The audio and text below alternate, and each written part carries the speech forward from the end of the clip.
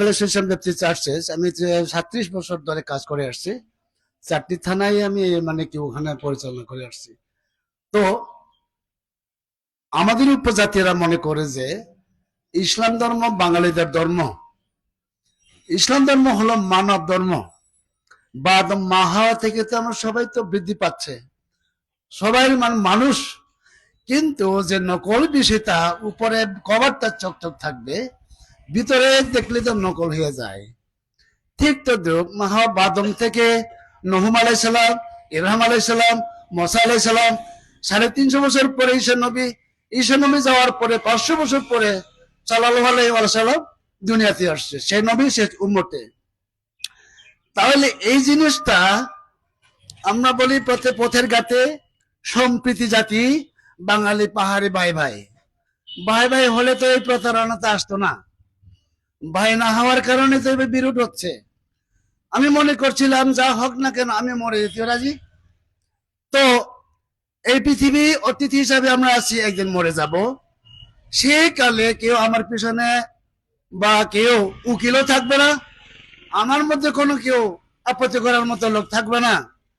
বেঁচে থাকতেই আমার নিজের ব্রেনকে, সুস্থ মস্তিষ্কে, আমার অন্তরে ব্রেনে যে বলেছিলেন আল্লাহ ছাড়া লা ইলাহা ইল্লাল্লাহু মুহাম্মাদুর রাসূলুল্লাহ।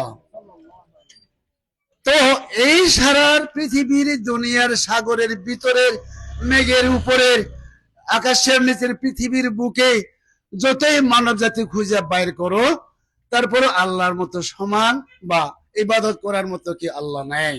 ইনশাল্লাহ আমরা এই দেখে কোনো লালসার নয়, কোনো গাড়ি বাড়ি নয়, কোনো সুযোগ সুবিধা নয়। আজকের মাটির ঘরে 2 পরিবার আমরা কষ্ট করে আসি, কোনো ঈদ একটাও কেনা হয় নাই, কোন একটা পানি এক বোতলও আমাকে দেয় নাই। ইনশাল্লাহ তারপর আলহামদুলিল্লাহ আমি যদি আজকে মরে যাই আমি বেহেশতের থাকবো, এই আশায় আমাদের যে পরিস্থিতি দেখে মানবতার দৃষ্টিতে আল্লাহকে আকর্ষণ করে আজকে এই যে ডাক্তার ইউসুফের আমাদেরকে সান্ত্বনা দিয়েছেন। আজকে সান্ত্বনা দিয়েছেন, 1000 টাকা আমাদের হাতে আদায় হয় নাই। শুধুমাত্র সান্ত্বনামূলক মরণের পরের পরম যুগে বেহেশতের বেঁচে থাকবে সেই বড় আশাই নিয়ে আমরা কষ্টের মধ্যে হলেও আমরা ধৈর্য ধরতে বাধ্য। তাই আমাদের পিছনে অনেকজন পাহাড়িরা, আমি একজন 4টি থানার মধ্যে আমি পরিচালনা করছি, সবসময় মোবাইলের মাধ্যমে বলছিল যে ভাই আমরাও গেলে কি কেমন হবে। আচ্ছা ঠিক আছে, আপনারা আগে জানে বুঝে জেনে নিন, না জানলে জেনে নিন, তারপরে শুনবে, জানলে পরে শিখবেন, মানবে। এটার জন্য আমি বাধা বিঘ্ন করে রাখছিলাম, না হলে শত শত আসতো। এটার জন্য বাধা বিঘ্ন হওয়ার কারণে এই পর্যন্ত সাথে স্যারের এখন যে পর্যায়ে আসেন, ওনার কোনো আমাদেরকে কোনো জোরদার করে কারো লোক লালসা দেখাইয়া আমাদেরকে মুসলিম বানান নাই।